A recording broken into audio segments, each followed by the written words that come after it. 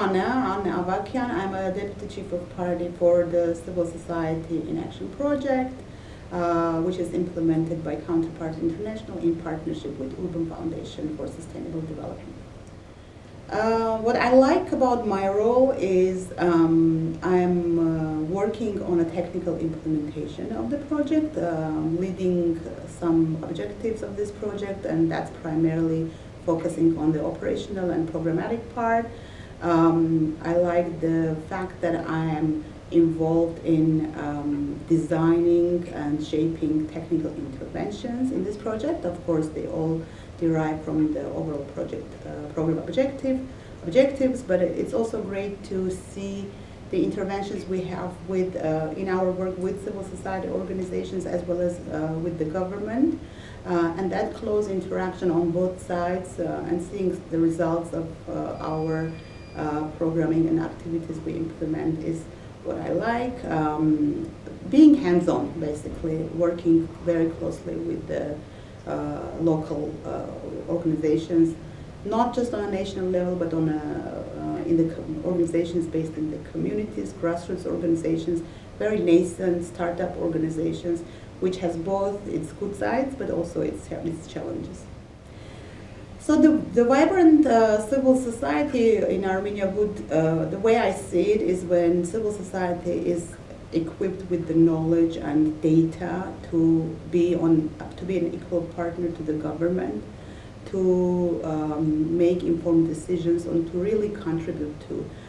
policy making in the country. And in this project, we are working on building capacity of those civil society organizations to produce evidence-based data, to do quality researches, to be able to shape policy documents and provide policy recommendations to the government and to be an equal partner to the government. But it takes a lot of effort and a lot of investment and a lot of capacity building, which we still need to continue doing. And I don't think it's a matter of a year or two. It's a continuous process that we need to continue putting an effort into, and hopefully one day we'll get to that stage where government also will recognize civil society organizations as equal partners and will proactively reach out to those organizations for their contribution in policymaking processes. So it's becoming really challenging when you need to build this organization and institutionalize some of the processes to make them sustainable, to help them grow, and it becomes very challenging when you don't have the human resource to work with. And it's not the problem of one organization only or two organizations, but that's the landscape of civil society organizations in the communities where there is real lack of qualified human resource who is willing to join NGO sector. So our goal is to engage civil society organizations from the beginning of the process, from the design of those laws, of those policies, being together during the process, not to come back after it, and that is when government thinks that civil society organizations are always critical of their work, because in many cases they get involved only at the end of the process. Okay, so one of the things that we do in this project is, and I think that we do it differently we do it differently, is that we conduct institutional assessment of organizations, and then we design our technical assistance based on the real needs of this organization. So the trainings that we provide are not just a list of trainings that we think are important and that everybody should get those trainings, but we're basically designing those trainings based on the real technical gaps that they have for example, in policy making, in designing policy papers, in conducting researches, in talking to the government, in telling their stories. So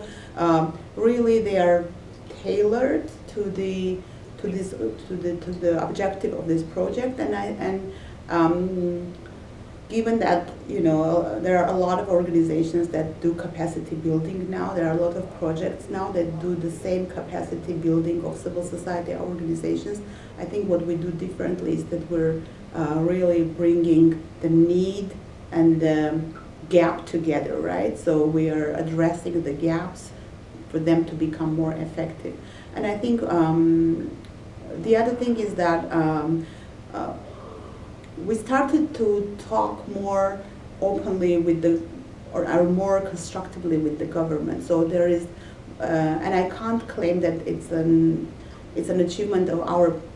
project specifically, but we are able to build that relationship with the government representatives to come together across, around one general goal and to offer our support to the government as well. So we understand that the need comes on both sides and that both sides need to be equipped with the right skills to be able to talk together constructively. That's why we're not just approaching or looking at civil society standalone, but we understand that the government also needs those skills to be able to get into a constructive dialogue with civil society organizations. That's why we're trying to address the needs on both sides. Of course, more focus goes on civil society organizations, given the mandate of this project and the objective of this project. But still, we're trying to keep that balance of building the right skills on both sides.